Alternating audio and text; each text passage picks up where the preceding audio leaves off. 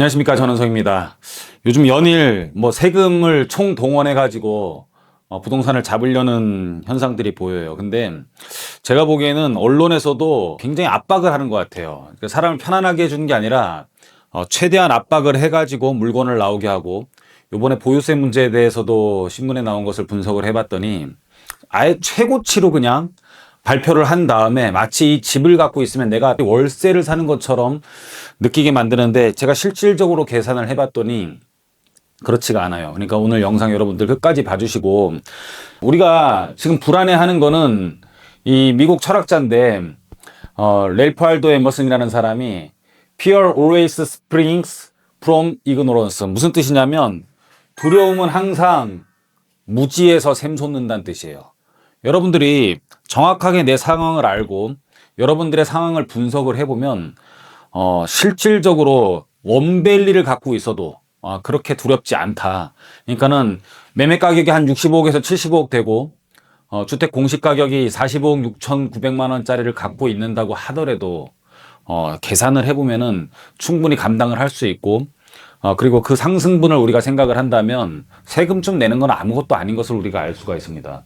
종부세 대상 급증 32만에서 49만, 엄청나게 늘어나는 것 같아요. 그리고 서울 아파트 공시 가격이 19%나 올랐어요. 이거 세상에 우리가 지금 경험한 수치보다 훨씬 더 높은 거죠. 우리가 월급 상승률도 이렇게 안 될 것이고, 은행에 이자를 맡겨놔도 3%, 2%, 3% 주는 거고, 19% 오르는 건 이건 거의 무슨 사채 이자나 은행의 연체 이자율이에요. 그러니까는 19%가 오른다고 하면은 엄청나게 우리는 중압감을 느끼게 됩니다. 전국 평균 상승률도 거의 10% 육박을 해요. 제가 전에도 말씀드렸죠.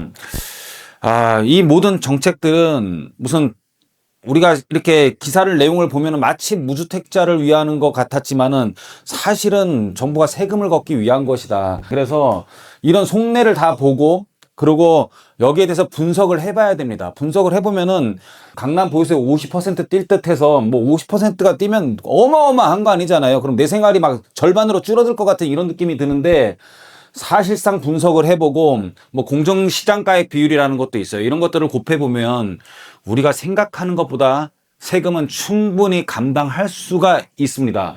그래서 세금을 만약에요, 내가 버는 것보다 더 뺏어가요. 그러니까 내가 100만 원을 버는데 110만 원을 뺏어가. 집은 1억이 올랐는데 1억 1천을 뺏어가.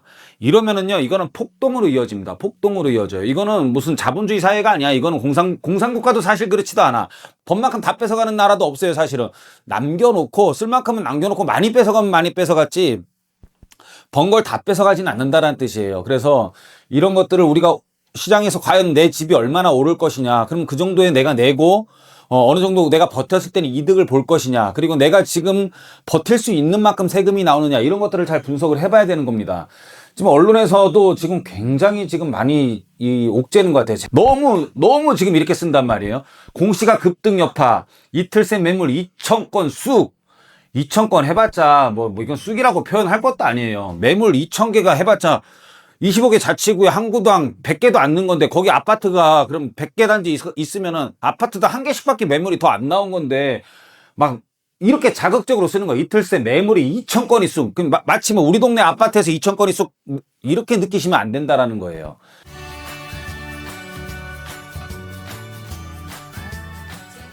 이제 세 부담 50%뛴 강남 집주인, 내 집에 월세 내고 사는 겨 고가 1주택 보유자 술렁. 왜 술렁거려요? 이런 건 다 무지에서 나온 거다. 하반기 세제 개편 방향 촉각, 다주택자 급매 더 늘지 관심. 그냥 이제는 다주택자들의 매물만 내는 게 아니라, 야, 고가주택에 사는 소득이 없는 사람들까지도 내놓고 사는 사람들을 이렇게 좀 바꿔야 되냐, 이런 내용. 바꾼다고 해서 나라에서 이득 볼 건 없잖아요. 근데 여러 가지 방법으로 지금 매물을 계속 늘게 하는 정책을 쓰는데, 우리가 정확하게 파악을 하면은 그럴 필요가 없다라는 내용을 오늘 말씀드리려고 하는 겁니다. 반포 원베일리를 한번 제가 이게 슬로건으로 나왔기 때문에 보유세 연 1,000만 원 더 늘어, 마포레미안 푸르지오도 52% 껑충. 근데 껑충 이런 말 써봤자요, 사실 제가 보기엔 그렇게 비싸지 않아요. 왜냐하면은 마포레미안 푸르지오도 작년 보유세는 289만 원 냈어요. 근데 올해 439만 원 더 내요. 그러면은 150만 원 더 낸다고 칩시다. 150만 원 더 내면 한 달에 한 12만 원 조금 더 내는 거예요. 더 내지 뭐. 더 내고 그동안 좀 덜 냈다고 생각해요. 그냥 이참에 그냥 술도 좀 줄이고 담배도 좀 끊고 하면 충분히 감당할 수 있는 금액이에요. 그런데 집값이 상승폭이 높았기 때문에 조금만 더 올라줘도 이 150만 원은 커버가 돼요. 예를 들어 집이 우리가 한 3억이 더 올랐잖아요. 뭐 1년 동안 3억이나 더 올랐단 말이야. 그러면 여기서 1%의 세금을 낸다고 하더라도 300만 원밖에 안 된다라는 거야. 300만 원인데 우리 150만 원 늘어나는 거야, 그냥. 3억이 늘어났기 때문에 150만 원 늘어나는 것은 0.5% 더 내는 거 아무것도 아닌 거예요, 사실. 집값 오르는 거에 비해서는. 그래서 실질적으로 지금 원밸리 같은 경우 지금 마치 2,855만 원, 45억 6,900, 올해 공시가격이 40억 6,900만 원인데요. 올해 보유세 2,850만 원, 2,855만 원 낸다라는 것은 이건 최고치예요. 최고치. 그러니까 이거는 우리 집도 그럼 나도 엄청나게 많이 내겠네. 와, 이렇게 내고 어떻게 살지? 그냥 계산도 안 해본 사람들한테 심리적인 압박을 줘가지고 막 집값을 떨어뜨리고 매물을 많이 나오게 하려고 하는 정책이다. 이렇게 보면 될 것 같습니다.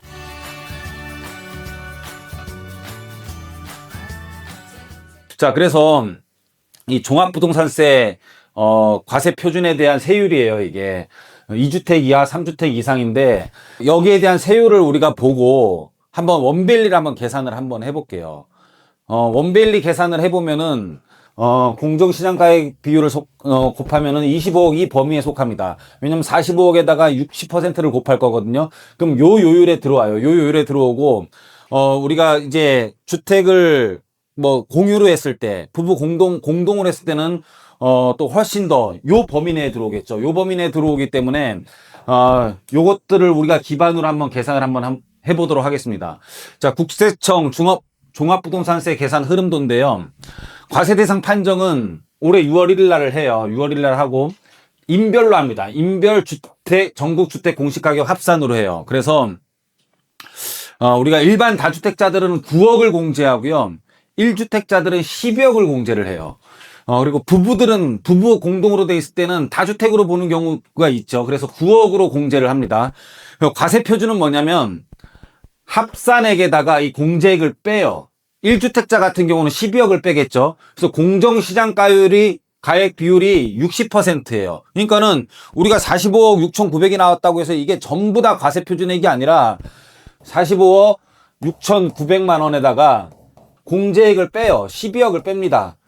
12억을 뺀 금액의 60%를 한 게 과세 표준이에요. 세금을 낼 수 있는 표준 금액이 되는 거예요. 그러면은 구간별 세율을 정해가지고 누진공제액도 있어요. 누진공제액도 뭐 600만 원 뭐 이렇게 있습니다. 그리고 재산세 이미 낸 것은 또 빼요. 고령자에 대한 부분도 있고 장기 보유에 대한 부분도 있어요. 그래서 최대 공제액은 또 80%나 돼요. 내야 될 세금의 80%나 또 공제해 줍니다.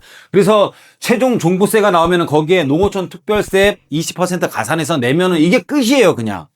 근데 우리는 마치 어마어마하게 내는 걸로 착각을 하고 있다. 그래서 이걸 실질적으로 계산을 한번 해볼게요.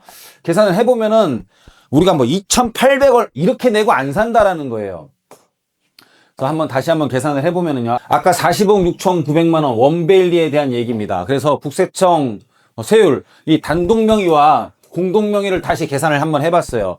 40억 6,900만 원에서 아까 12억을 기본공제로 빼준다 그랬잖아요. 그래서 시장 공정가액 60%를 곱하면은 과세 표준이 20억 2,140만 원이 나와요. 이건 1세대 1주택자일 경우. 그러니까 45억 6,900만 원이 과세 표준이 되는 게 아니라 이 금액이 과세 표준이 되는 게 아니라 기본 공제를 하고 시장 공정가액을 곱하고 그랬을 경우에는 20억 2,140만 원이 과세 표준이 되는 거예요. 그리고 부부가 공동명의로 가졌을 경우에는 40억 6,900만 원을 나누기 2를 해야 되겠죠. 그래서 부부가 공동으로 했을 때는 12억을 공제하는 게 아니라 1인당 9억씩 빼줘요. 1인당 9억씩 빼준 다음에 0.6을 곱하니까는 과세 표준이 각 이제 8억 3천만 원씩 이렇게 나오게 돼요. 각각 8억 3천만 원씩 나오게 됩니다. 그래서 이 앞장으로 잠깐 넘어가 보면은요. 20억 2140만 원이 나오고 8억 3천만 원이 나오잖아요.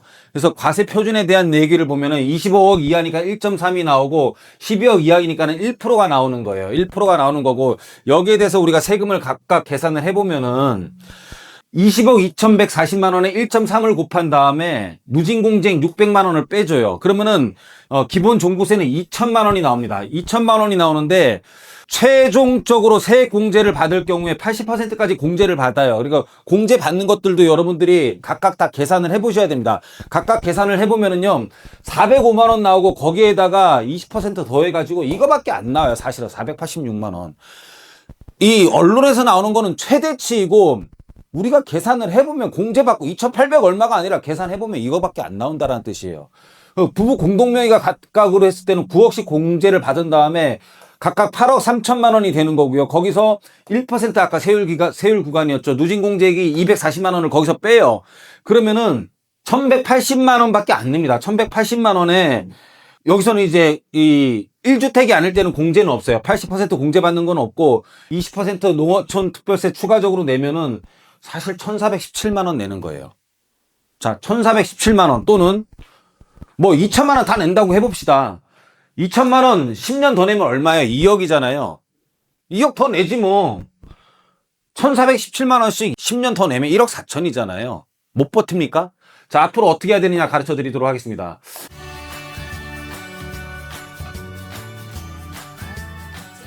앞으로는 우리 그럼 어떻게 해야 되냐면은 그냥 5년간 낼 세금 은행에 없는 셈 치고 묻어놔요.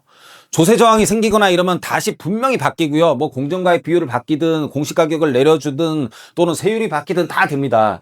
이제는 여러분들이 투자도 상담해보지만 보유에 대한 세무도 상담을 좀 많이 해보세요. 근데 무작정 겁먹지 마세요. 다 모든 두려움은 무지에서 나오는 겁니다. 그래서 이제는 투자의 스킬과 보유의 기술 둘 다 습득을 해야 되는 거고요.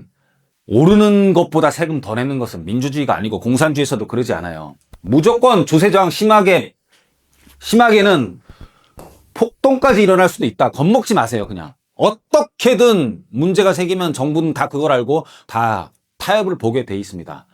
자, 소득이 있는 사람과 없는 사람과의 교체가 일어나는 게 아니라 좋은 집에 사는데 난 소득이 없어. 그럼 팔면 그걸 소득이 있는 사람이 사게 될 거 아니에요. 그게 아니라 더 중요한 것은 잘 알고 있는 사람과 무지한 사람이 이 주택 소유가 바뀌게 되는 거예요. 그러니까 여러분들이 무식하면 팔게 되는 거야, 결론은. 그래서 너무 무지하지 마시고 세무 상담 해보고 계산해 보시고 그 다음에 여러분들이 버틸 수 있는지, 그리고 현재 이런 조세 저항이 일어날 수 있을 때까지 현재 정권이 그런 세금 정책을 쓸 수 있는지를 한번 보시고, 또 세금 내더라도 10년 뒤에 한번 생각해 보자라는 거예요. 그럼 어떻게 될 것이냐. 그럼 여러분들 과연 몰라가지고 팔 것이냐, 무식해가지고 주택을 팔 것이냐, 여러분들이 결정해 보시라는 겁니다. 자, 계산해 보면 별거 아닙니다. 여러분들 이제는 투자와 보유의 두 가지의 기술을 다 습득을 해야 되기 때문에 똑똑하게 여러분들이 지혜롭게 어떤 정책을 쓰더라도 잘 해결해 나가라는 의미에서 오늘 강의는 준비했습니다. 자, 오늘 강의는 여기서 마치도록 하겠습니다. 감사합니다.